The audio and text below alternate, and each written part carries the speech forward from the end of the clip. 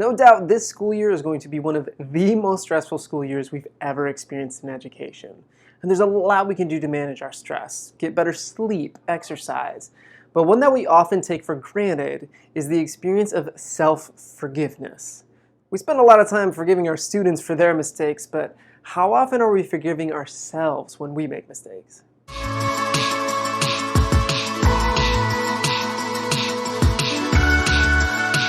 Now let's start with the opposite of self-forgiveness, which is self-resentment.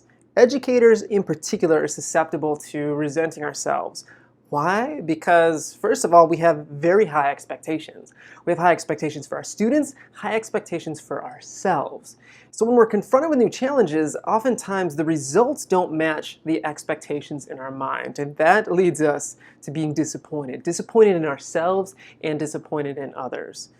So when you realize that you're being really hard on yourself, first start by asking these 5 questions. Number 1, can anything be done to change what happened?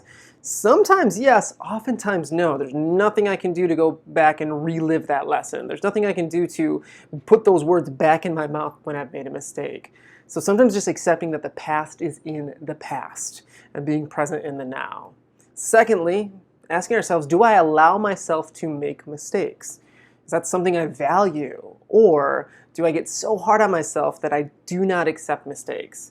Now, we can have high standards for ourselves, but still be human beings likely to make mistakes. Third question, have I tried my best to make things right? Usually the answer is yes. If not, then move into action mode. What can I do? If you have, then again, recognize you've done all you can. It's in the past. So how do we move forward? Question number 4, asking ourselves, why am I holding on to this? Why is it so important to me? Is it because it took a hit to my self-esteem? Is it because I'm embarrassed of how I reacted to something? Is it because what I did didn't align with my values?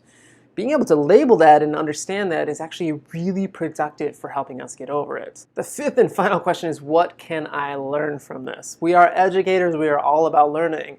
So why don't we reflect that on ourselves? I made a mistake. How do I do differently, better in the future? Now, a few other specific things that we can do to try to develop more self-forgiveness is, number 1, set a goal to fail. I actually first learned about this as a writer, and I would hear about authors who would set rejection goals. They would try to see, can I get rejected from 10 publishers? Can I get rejected from 20 people as I send out my manuscript for reviews? So ask yourself, can I set a goal to fail today? Even just saying, I'm going to try a new technology or I'm going to try a new strategy, and I just know I'm going to fail, and that is okay. That is a part of my goal. Now, obviously, we don't want to just intentionally fail, but allowing ourselves that as a part of the goal, it's okay to fail. Number 2 is to humanize ourselves and to recognize that we often talk to ourselves way harder than we would talk to our partners, our spouses, our students, our friends. So asking the question of, how would I speak to a student who's going through this failure or frustration? How would I speak to someone I love who's dealing with the same challenge or frustration? And recognizing that it is okay to be kind to ourselves. And then thirdly, try to reminisce the tiny gains. We get so focused on mastery and perfection that sometimes we set the bar too high. So why don't we focus on little gains? You'll notice this little image from James Clear looks at, if you were to get 1% better at something over the course of a year, notice the gap compared to getting 1% worse. So we don't have to master everything day 1, but if we go back to that 5th question, what can I learn from this, and just become even 1% better in the future, we can allow ourselves permission to accept failure and still move forward with optimism and productivity. So as you set forth in this upcoming week, upcoming year, from time to time just ask yourself, am I being so hard on myself that I'm adding to my stress?